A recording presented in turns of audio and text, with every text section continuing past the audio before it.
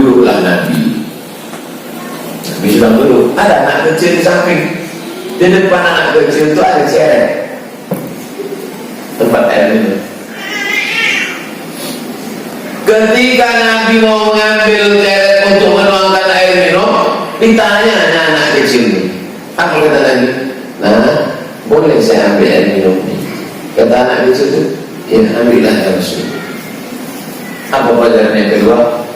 Menganggap orang itu ada. Orang sekarang mana begini? Nanti aja. Air tidak sebenarnya air udah dibagi lah, dibagi. Ada anak kecil, ada ambil. Kenapa kau ambil? Ada anak kecil dia bisa. Dia tak tahu anak nanti akan jadi jenderal bintang 7. Makin tinggi pangkat poning ke bawah. Walaupun anak kecil tetap dianggap, makanya kemanapun saya ceramah, kalau anak-anak kecil itu sudah mengulurkan tangan, tidak akan saya lewat, tetap saya salam. Apa enggak anak kecil? Kenapa? Kita tak tahu anak kecil ini boleh jadi salaman kita. Datang anak kecil minta gambar, ambilkan gambar anak kecil dulu. Banyak bisa lihat syarat foto saya sama anak-anak kecil. Kenapa? Karena Nabi mengajarkan muliakan anak kecil, nanti dia pula akan memuliakan anak cucu kita di masa akan. Nanti jangan sepelekan. Ini banyak sekarang orang sepelekan itu. Aku bosan kalau udah menengok anak kecil ini naik asal buku. Balik. Alhamdulillah. Terus sampailah anak kecil ini tak ke masjid. Saya alhamdulillah masih senang ke masjid Arafah ini. Kenapa? Masih banyak anak-anak kecil. Mereka ini yang akan jadi ketua masjid tahun 2040.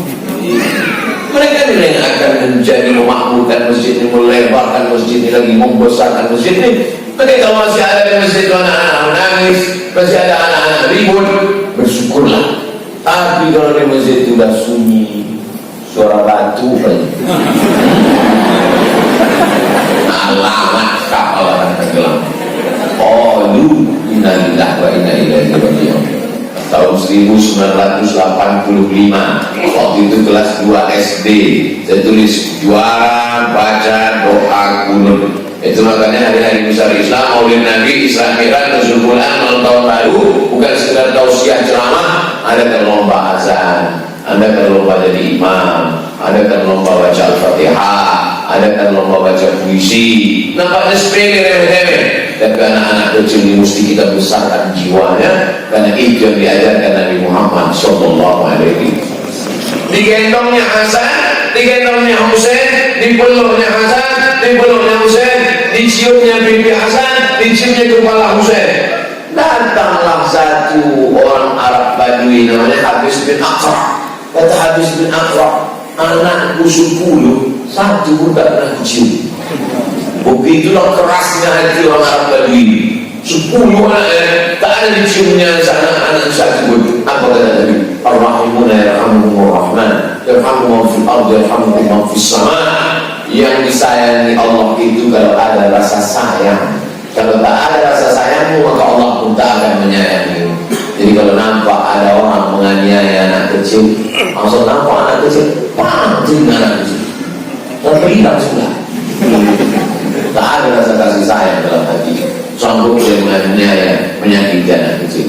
Oleh sebab itu maka dulu waktu saya mengajar di UIN, pagi-pagi jam 8, jam 9, datanglah ibu-ibu, Ustaz Somad, ya Bu, cucu saya dah demam Pak Ustaz 3 hari.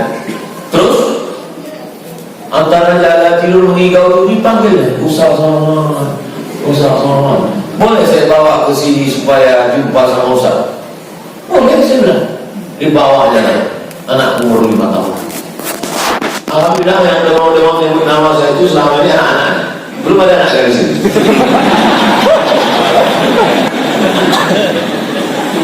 Kalau anak kecil bisa kenal sama saya, itu berarti orang tuanya selalu menontonkan ceramah ke dia.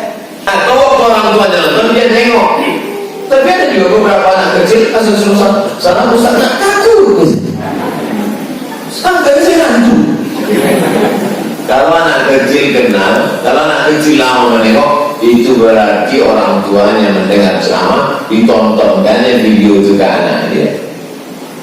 sebab itu maka ini anak-anak ini mesti kita besarkan jiwanya seperti akhlak Nabi Muhammad SAW.